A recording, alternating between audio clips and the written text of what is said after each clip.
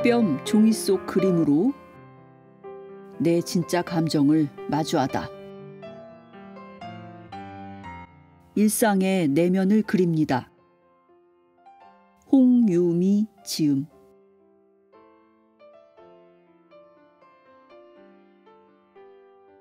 지은이 홍유미는 현재 온라인 그림 화실인 미니 작업실을 운영하고 있으며 일상의 내면을 그립니다 프로젝트, 아름다움을 수집합니다 프로젝트를 중점적으로 활동 중이다. 미술 작가, 브런치 에세이스트로도 활동 중이다.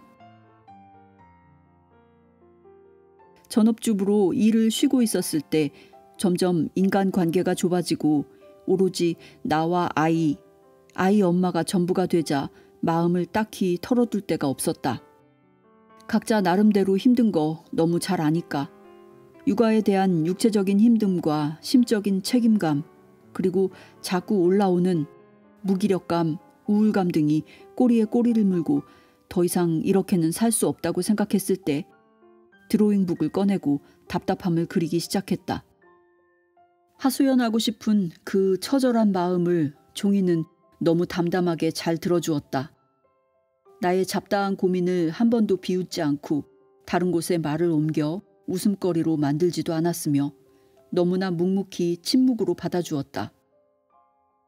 그러면서 이 좁은 인간관계에서 강한 의문이 들었다.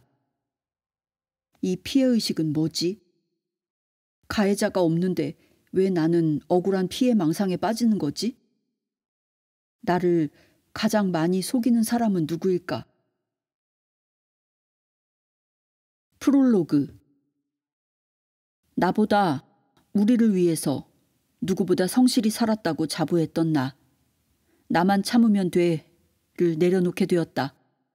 착한 사람 컴플렉스를 내려놓고자 그림 그리는 나를 다시 꺼내 쓰기로 결심했다.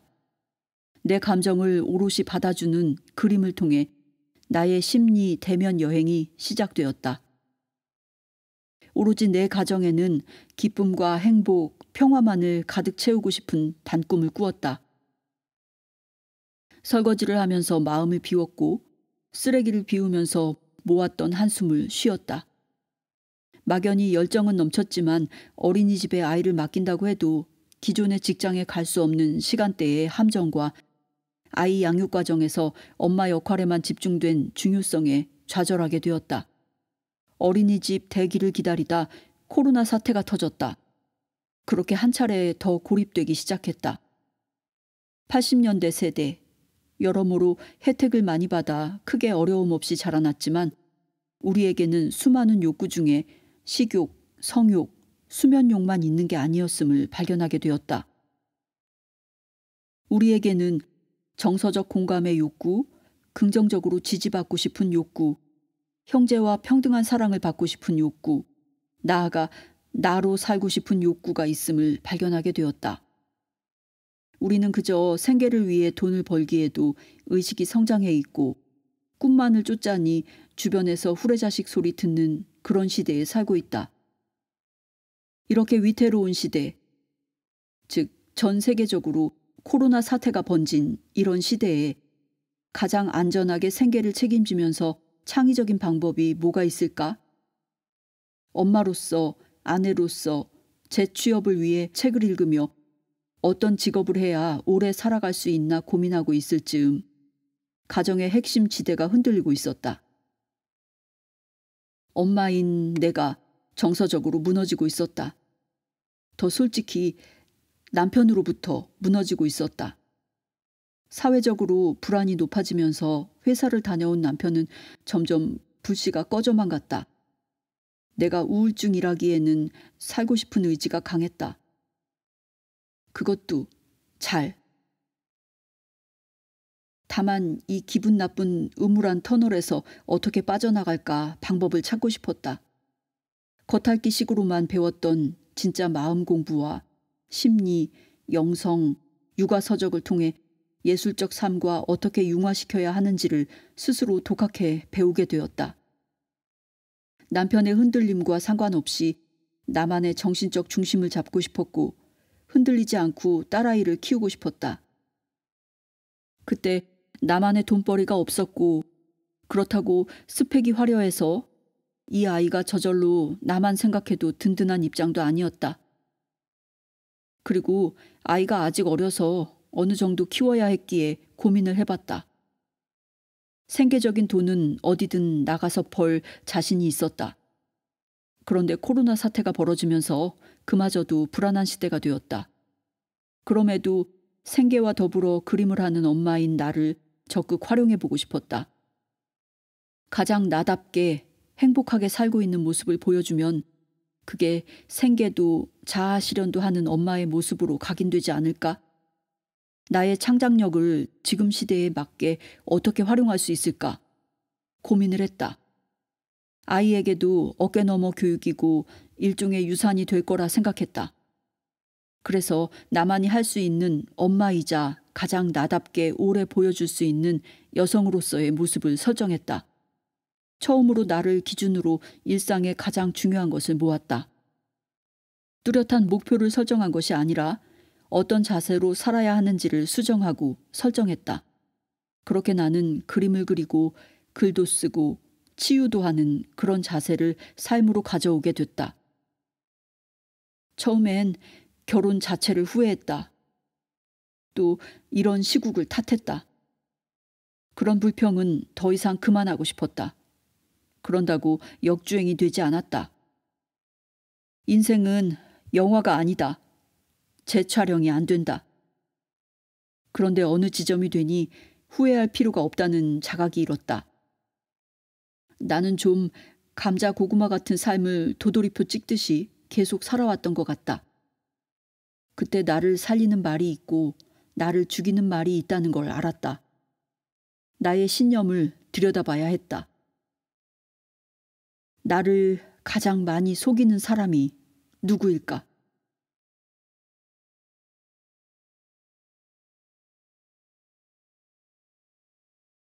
삽입된 그림에 대한 설명.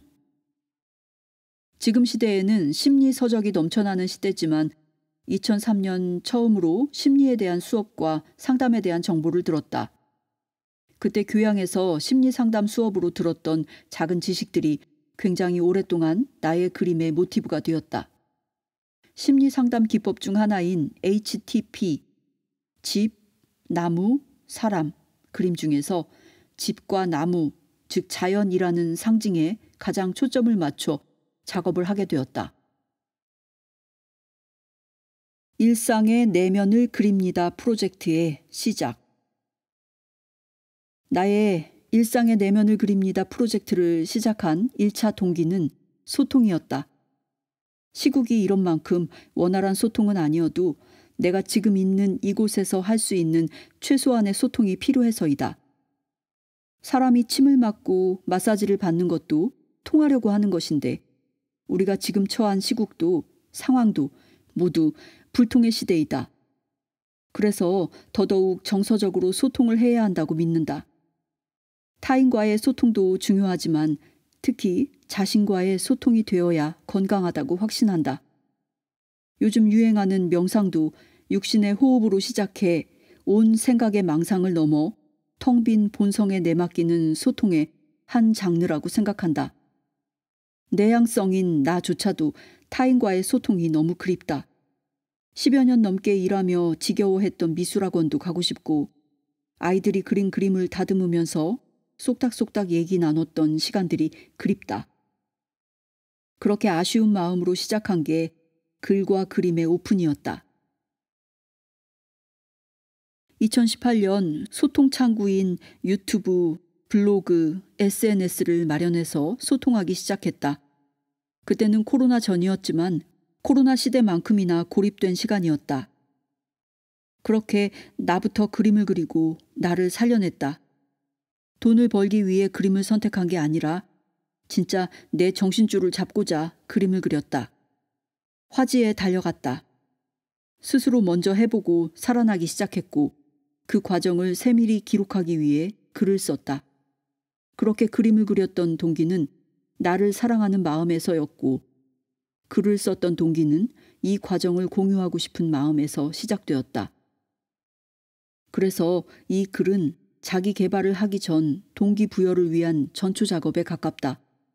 내 감정에 불편한 가지치기를 했던 그 과정이 적혀 있다. 나를 사랑하려고 부단히 애썼던 건강한 자기애를 위한 전투에 가깝다. 이 소통의 부재로 답답한 심정을 알고 있으니 조금씩 나를 알아가는 시간을 가져보자고 제안한다. 세상을 모두 둥글게 살아야 한다고 배웠다. 그렇게 둥글둥글 살다가 어느 날 호되게 불편한 감정으로 다가왔다. 나의 둥근 모습에서 원래 드러냈어야 할 뾰족함을 찾기 위해 애썼다. 좀 시간이 걸리겠지만 분명 그 뾰족함으로 그 세심한 과정으로부터 편안해지고 자유로운 기분을 안내하고 싶었다. 10여 년 생계로 입시미술학원에서 일을 했는데 매일 평가를 받고 잘 보여야 하는 그림을 그리면서 몸적으로도 힘들었지만 생각보다 아이들이 마음에 문제가 많다는 걸 발견했다. 마음이 아프니까 공부가 안 된다. 미술을 하고 싶어서 온 거면 다행인데 이런 친구들은 공부가 안 돼서 엄마에게 이끌려 오거나 스스로 살고 싶어서 무의식적으로 미술학원을 찾았다. 입시 그림을 그리자고 하면 계속해서 자신의 가족 문제를 늘어놓는 아이 때문에 진도가 안 나갔다. 입시의 결과를 내야 하는 선생님 입장에서는 이런 친구들에게 시간을 할애하는 건 제한이 많았다. 그렇다고 그 애들을 다 내려놓자니 학급 분위기는 더 안 좋아졌다. 우울한 에너지는 전염이 정말 강하기 때문이다. 성격이 좀 센 애들은 자신의 온몸으로 화를 분출하는데 그 분노가 그림에도 표출된다. 그 화의 흐름은 비교적 조용한 친구들에게도 피해가 갔다. 자신만의 기준이 있어서 더 잘할 의지로 성장통으로 힘든 거랑 자신이 어떤 상태인지 모르면서 힘든 채로 방황하는 거랑 다르다는 걸 경험으로 알게 되었다. 아르바이트 선생님일 때부터 반을 전담하는 전임 선생님이 될 때까지 끊임없이 아이들의 심리 문제를 다룰 수밖에 없었다. 그림 기술만 가르치고 싶지만 안 됐다. 학부모님과 상담하느라 학생들 수업을 아예 못하셨던 선생님들도 많았다. 부모님들도 애들만큼 불안했었다. 그렇게 감정 대응을 하신 선생님들도 사람인지라 좋은 그림을 가르치기보다 지치고 날카로운 태도로 어두운 분위기로 안내할 수밖에 없었다. 사람이라 감정이 요동치는 걸 아무리 이성적인 선생님이라도 그건 너무 힘든 일이었다. 그때 알았다. 감정을 다루는 일에 지친 사람이 가장 잔인해질 수 있다는 걸. 알면서도 무시해야 되고 억압해야 하니까. 그때가 가장 괴로웠던 것 같다. 그리고 애들 본심을 계속 느끼게 됐다. 자신을 그리고 싶은데 입시를 그리자니 하기 싫었던 거였다. 그래서 미술을 마음대로 그리는 줄 알고 시작했다가 겁에 질려 나가는 애들도 많았다. 기술을 요하는 거니까. 기술은 숙련의 시간을 견뎌야 가질 수 있다. 그 끈기의 동력은 평온한 마음을 기반으로 자신을 사랑하는 마음에서 나온다. 그 마음을 저절로 불러내려면 얼마나 많은 응원과 좋은 에너지가 필요할까. 2018년부터 생계형 그림에서 생존형 그림을 그리게 됐다. 나를 살리려고. 나 스스로 경력이 단절되고 독점 육아, 남편이 주말에만 오는 주말 부부 생활, 장거리 주말 부부 등 이런 단절의 시간을 지내면서 마음이 망가지는 걸 느꼈다. 거기에 욕심은 많아서 생활비도 많이 줄여나갔다. 그래서였을까? 도저히 살 수가 없을 때 애들한테 했던 것처럼 내 감정에도 관심을 주고 사랑으로 들어주었다. 그런데 정말 내가 살아나고 점점 밝아졌다. 감성이 살아나니까 내가 살 것 같았다. 그리고 일상이 조금씩 변했다. 1장 사회의 용서를 그립니다. 훔쳐진 일기장. 초등학교 6학년 때 집단 따돌림을 당했다. 그건 전체 따돌림이 아니었고 주도적인 일부 학생들에 의한 일방적인 괴롭힘이었다. 내가 그림을 그리게 된 건 고상한 행위로 감정의 본심을 드러낼 수 있는 통로였기 때문이다. 그 발단이 된 건 일기장이었다. 일기 쓰기를 좋아했고 그 일기에 선생님이 본다는 의식이 없이 정말 있는 그대로 기분을 썼다. 게으름을 쓰기도 했고 지금 보면 이불킥을 할 만한 사춘기가 시작될 즈음 어른아이 같은 글도 쓰기 시작했다. 여느 때와 같이 일기장에 모든 솔직한 심정을 적었다. 반장 아이에 대한 차별을 부러워했고 특별히 학교에 많은 투자를 하시는 어머님을 가진 그런 아이들을 부러워했다.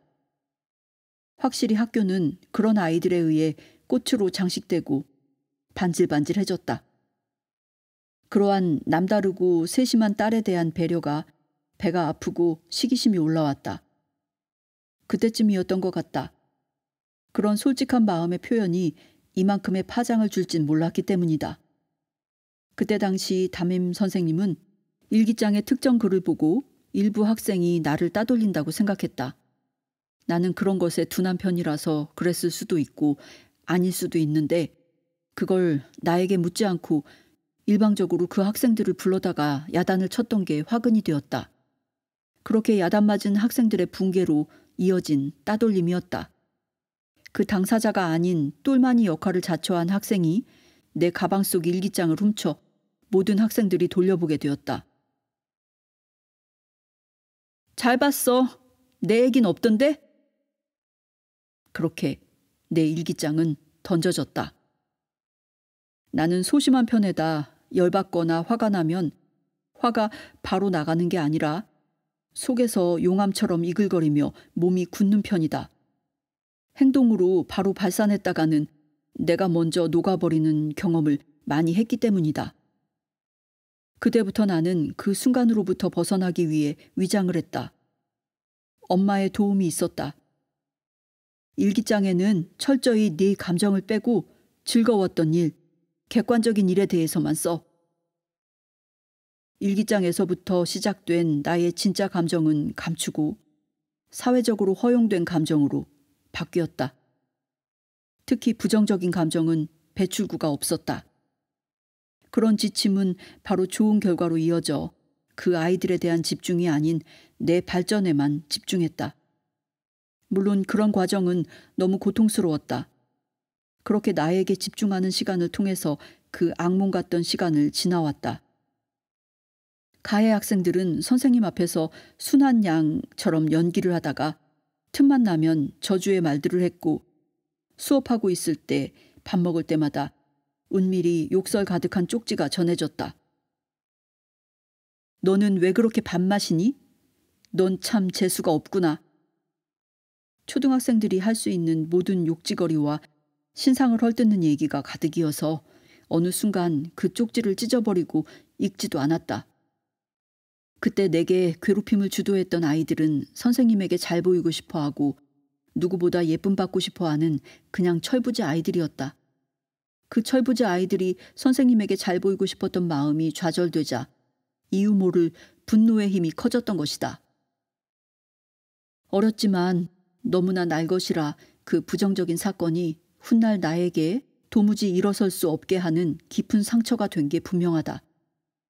그때 다행히 내 학업 성적들은 좋게 나왔고 그림대회, 공모전에 나가서 최고상을 받는 등 그 아이들을 긁는 상황이 계속되었다. 나는 그냥 그 상황을 밀고 나가기로 했다. 그 애들에게 아무리 설득해봐야 뭐가 남을까 하면서 나에게만 집중했다. 나는 학교용 일기장은 따로 두고 나만의 비밀 일기장을 쓰기 시작했다. 그 일기장을 쓰고도 풀리지 않는 답답함은 그림을 통해 풀었다. 그렇지만 인간관계에서의 피해의식, 내 성공에 대해 그저 욕먹고 질투받았던 기억, 슬픔과 두려움을 가득 안고서 학창시절을 보내고 어른이 되었다. 그렇게 한참 시간이 지나 다시 서울에서 이 동네에 와야 했을 때 기분이 몹시 힘들었다. 모두가 지켜보는 것 같은 망상과 풀리지 않았던 지난날의 아픔이 올라왔다. 가정생활을 꾸리면서 아이 엄마들 중 나와 같은 학교 출신이기만 해도 움찔거리고 나의 아픔들이 자꾸 올라왔을 때 그때 그 아픔의 일기장이 생각났다. 훔쳐진 일기장.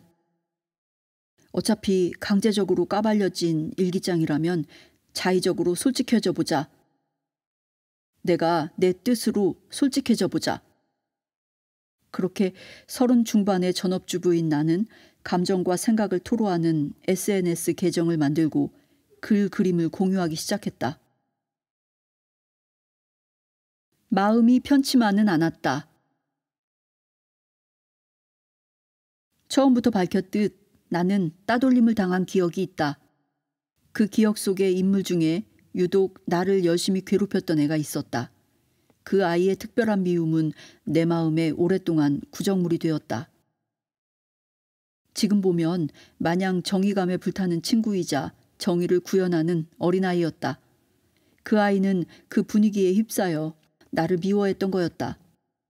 마음껏 미워할 수 있는 대상이 생기니 얼마나 재미있었을까.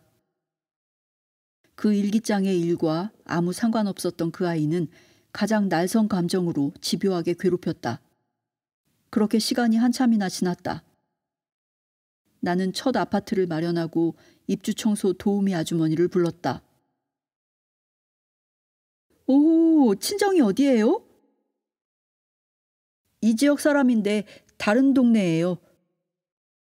아, 우리는 A라는 동네에 사는데. A요? 저희 친정도 그 지역이에요. 우린 여기 토박이에요. 우리 딸은 N초등학교 나왔는데. 아, 정말요? 저도 N초등학교 나왔는데. 오, 정말요? 우리 딸 M고등학교도 갔는데 혹시 제이라고 알아요? 제이라고요? 잘 모르겠어요. 아유, 우리 딸도 빨리 시집을 갔으면 좋겠는데 아직 갈 생각을 안 해요. 혹시 동년배면 소개시켜줄 남자가 없는지 물으시며 대화를 흐지부지 흐렸다. 나는 모른다고 말했지만 정확하게 알았다. 그 친구의 어머니였다. 나를 특별히 열성적으로 괴롭혔던 그 아이. 그 이름이 그 아주머니 입에서 나오는 순간 나도 모르게 얼어붙었다. 불쾌감과 함께 그때의 암울했던 기억이 몰려왔다. 이름을 듣자마자 그 친구의 엄마라는 것도 놀랐고 그 엄마가 하필 수많은 청소할 곳 중 우리 집에 와 있다는 것에 더 놀랐다. 그리고 솔직히 이런 상황이 씁쓸했다.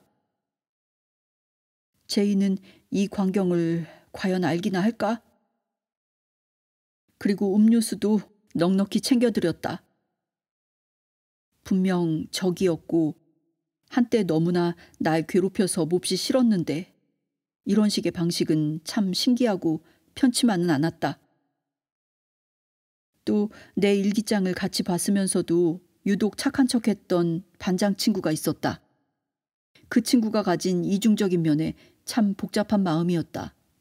그 친구는 항상 유복해 보였고 항상 선생님으로부터 지지받았다. 그 친구의 어머님으로부터 우리 반은 항상 반질반질 장식되었다. 어머님이 유독 아끼셨다. 어린 마음에는 그게 그렇게 배가 아프고 질투가 났다. 그런데 그 친구도 가정 불화에 아픔이 있었다고 다른 분께 듣게 되었다. 그러자 갑자기 내가 가르쳤던 학생 어머님 중 유독 단체로 음식을 많이 베푸는 분이 계셨는데 그분도 가정 불화에 아픔이 있다는 걸 학생과의 상담을 통해 알게 되었다. 엄마로서 딸이 자신으로 인해 부족해 보일까봐 혹시 흠잡힐까봐 더 감싼 모습이셨다. 내가 괴롭히려고 억지로 알아낸 게 아니었다. 시간이 10여 년이나 지나서 내 귀에 전혀 다른 사람이 전해줘서 알게 된 거였다. 그러면서 어린 시절 느낀 그 감정이 사건의 전부가 되어서는 안 되겠다는 자각이 일었다. 그리고 그 밉던 친구가 좀 짠했다.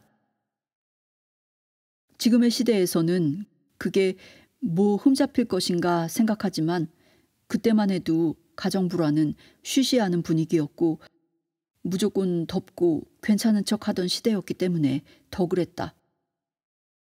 절대 만만하지만은 않은 이곳에서는 너무도 정확히 인과법으로 세상이 돌아가고 있었다. 많이 산 것도 아니지만 세상이 이런 식으로 한치의 오차 없이 돌아가는 걸 몸소 느낀 적이 많다. 특히나 내가 어릴 때 느꼈던 불합리하고 억울했던 일이 나중에 해소되기도 해서 그 기분에 역시 세상은 살만하다고 여기기도 한다. 그런데 그 해소되는 방식이 생각보다 무섭고 너무나 정확해서 마음이 편치만은 않았다. 그런 정황을 알게 되면서 새삼 인생이 무서워졌다. 너무 맑은 영혼.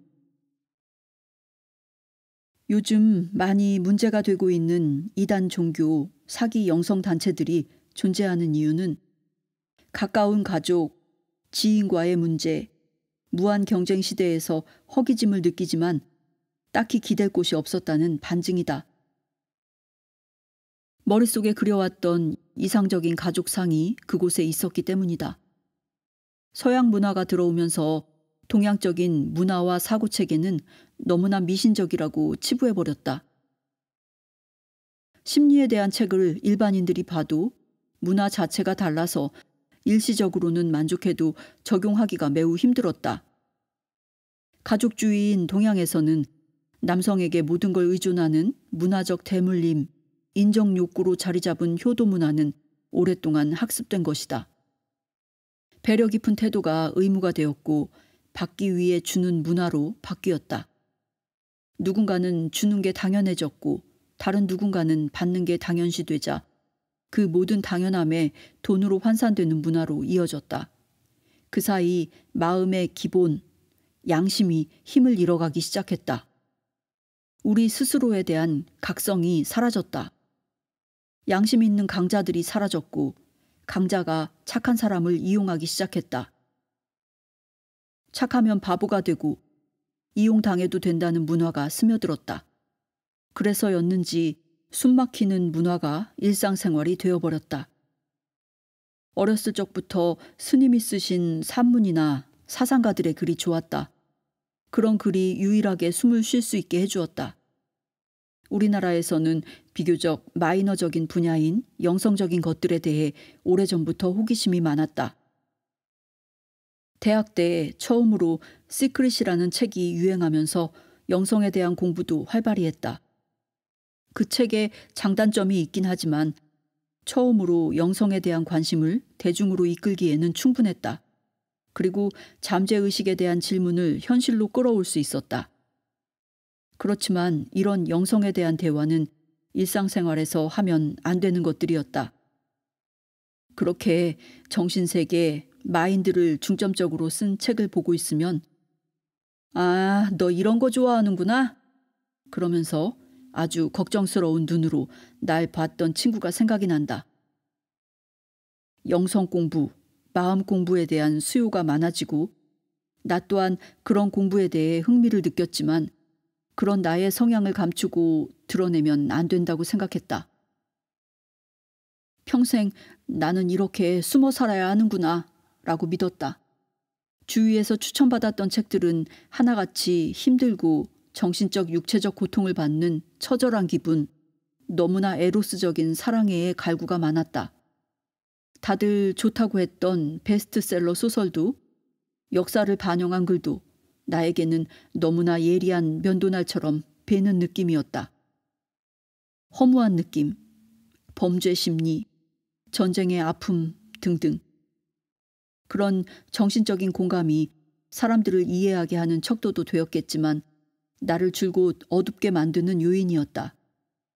나의 감정적인 공감이 남들보다 선을 넘고 오래 간다는 걸 알긴 했지만 내향성인데다가 엠파스, 초공감자 성향인 걸 알게 되자 나에 대한 모든 의문이 풀렸다. 초공감자에 관련된 책들을 찾아보게 되고 나보다 먼저 그 길을 걸었던 인생 선배님이 쓴 책과 관련 자료를 통해 나를 발견하게 되었다. 어두운 길을 공부하는 느낌을 벗어나서 밝고 명확히 설명되었다. 특히 데이비드 호킨스 박사의 의식에 대한 글은 내게 많은 영감과 가르침 그리고 위로를 주었다. 그리고 또 하나의 빛은 인문학으로 잘 녹여서 인간의 삶을 설명하는 고미숙 박사님의 강연을 깊이 접하면서였다. 그동안 설명 위주의 너는 모르지? 나는 아는데 라는 식의 설명이 아닌 인간의 삶을 녹여 설명해 주셔서 너무 잘 와닿았다. 고미숙 선생님처럼 나도 스스로 직업으로 만드는 계기가 되었다. 나는 오랫동안 그림을 공부했던 사람이다. 마음 공부, 영성 공부에 대한 지식이 있었지만 취미 수준이었다. 그것도 굉장히 얕게 공부했다. 감동했다고 다 아는 줄 알았다. 나는 불교 공부도 마찬가지고 다른 종교 공부하는 것도 대충 게을리했다. 그건 공부라고 인정받거나 권하는 공부가 아니었고 그 일이 내 일상에 도움이 되는 게 아니라고 생각했기 때문이다. 나의 캐릭터, 내가 누군지 알아보고 너무 맑은 영혼인 나를 먼저 분석하고 연구하는 게 다른 공부보다 우선이었다. 그런데 남의 말을 곧잘 믿고 사실 판단하기 싫어하는 작은 귀찮음이 쌓이니 굉장한 무지와 편견으로 지켜내지 못한 꼴이 되었다. 전부 어디서 들은 얘긴 맞는데 돌아서니 그 누구도 책임져 주지 않았다. 나 스스로 판단하지 않고 사색을 하지 않았던 그런 버릇을 조금씩 바꿔보았다. 좀 늦더라도 천천히 나를 세워봐야지. 나의 목소리를 찾아봐야지. 내가 느끼는 아름다움을 나부터 인정해줘야지. 어디서 들었던 관념으로 검열하고 통제했던 수많은 비난을 멈추고 내가 먼저 물음을 던지고 내가 하고 싶었던 답을 정리하기 시작했다. 그 답을 조금씩 글로 적고 모든 작은 소통의 장을 열고 작은 행동을 시작했다. 나의 예민한 공감력, 감수성을 매우 긴 시간 동안 부끄럽게 여기고 그 힘듦을 덮어놓았다. 나의 영적으로 맑은 의식을 부끄럽게만 여겼고 그 순수한 성질을 영매의 기질로 오판한 시절이 꽤 길었다. 그 예민하고 섬세한 감정을 무디게 만드는 데만 시간을 썼다. 이제는 그 예민하고 섬세한 감정을 마음껏 써보기로 했다. 요즘 그때의 섬세한 시작점들이 다양하게 연결되고 있음을 느낀다. 수많은 과정의 시간, 내 목소리로 녹이는 이 시간을 갖는 행위, 그런 행위의 모티브가 되는 나의 섬세한 감정에 이제야 참 감사하다. 아무에게나 착해서 너무나 힘들었던 당신에게. 가족 중에서 유난히 공감 능력이 뛰어난 사람이 있다. 그 사람을 염두에 두고 쓴 글이다. 비슷한 세대의 부모님들에게 때로는 사랑도 받았고 때로는 희생받았고 때로는 막대함을 받았다. 그래서 나에게 그렇게 대하듯 타인에게도 때로는 사랑을, 때로는 희생을 하고 때로는 막대한다. 공감 능력이 뛰어난 사람은 자신이 받았던 것 중에 어떤 게 사랑인지 본능적으로 인지한다. 그래서 타인을 만나면 이미 상대방의 태도나 말을 긍정적으로 해석하고 상담해주고 맞춰주고 배려해줄 준비를 해놓고 있다. 좋게 말하면 사회성이 좋다. 그런데 어느 순간 삐걱거릴 때가 있다. 그 공감 능력이 한계가 올 때가 있다. 주위 사람들은 본성이 드러났다 막말하는 사람도 있고 변했다며 돌아서는 사람도 있다. 정서적인 기운이 고갈된 것인데 충전 없이 일방적으로 나눠주는 삶은 사람을 기진맥진하게 만든다. 우리는 일방적인 희생과 무분별한 개입을 모두 사랑이라고 믿은 적도 있지만 부정적인 희생과 막대함은 부정적인 무의식에서 힘들 때마다 의무감이라는 고개를 든다. 당연히 힘들 땐 노를 외쳐야 할 때도 자신을 설득하고 있을 것이다. 내가 마땅히 해야 하는 도리를 못하고 있으면서 스스로 이기적이라며 자책이 올라온다. 유난히 반짝거리는 우리의 영혼은 부정적인 것이 보이면 스스로 나서서 해결해주고픈 충동에 사로잡힌다. 영혼의 방향성이 이러한데 돕지 못하면 자책에 빠져버리는 이타적인 생각은 사실 학습된 것이 많다. 나는 사랑만 주고받고 싶어도 주위에서는 말도 안 되는 일방적인 희생을 가르치고 밀어붙이기식의 교육을 가르치기 때문이다. 사랑의 에너지를 어느 정도는 자신이 발전하는 데 써야 하는데 사랑이 부족한 가족들, 친구들 모두에게 다 나눠준다. 우리는 신의 일부이지 신의 전체가 아니기에 어느 정도 자신의 바운더리를 지켜가며 나눠야 하는데 끊임없이 나눠준다. 이게 거의 반자동적으로 그렇게 된다.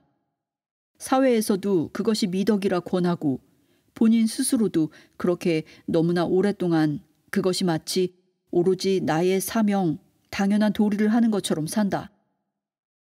그것이 종교적인 표현으로 복이 되고 덕이 되기도 하지만 정작 고맙다는 말조차 없는 사람들, 그 사랑이 필요할 때만 퍼가는 사기꾼들의 희생양이 된다. 사회에 나가서 쓸 사랑 에너지를 듬뿍 담아와야 할 명절에 오로지 집안의 대를 잇는 근심, 집안의 권력 다툼, 부모의 넋두리, 친척들의 열등감 섞인 조언들만 담아와 힘이 더 빠진 당신을 발견했다면 이제는 알아야 한다. 일방적인 희생 자리에서는 당신마저 사라지게 만든다는 것을. 그렇게 희생해서 자신이 사라지는 건 그 누구에게도 증명받지 못하며 명예롭지도 정의로운 것도 아니라는 걸. 그리고 그 누구도 고마워하지 않는다는 걸 알아야 한다. 그리고 그런 태도는 절대 사랑이 아니라는 것도. 용기를 내어 당신도 마땅히 누려야 할 사랑, 진정한 이타심, 공감 능력은 자신에게 가장 먼저 가져야 하는 태도임을 알아야 한다. 오로지 본인을 위해 쓰는 점선 면의 시간을 틈만 나면 넘치게 가져보길 권한다. 나를 돕고 남도 돕는 길이 가장 균형 잡힌 길임을 서로 인정해주는 삶을 살아야 한다. 우리 모두를 위해 나도 남도 건강한 그런 건강한 이타심을 응원합니다. 그래야 당신이 숨을 쉬고 살 수 있다. 당신이 있기에 나도 우리도 있습니다. 당신을 응원합니다. 아무에게나 착해서 너무 힘들었던 당신에게.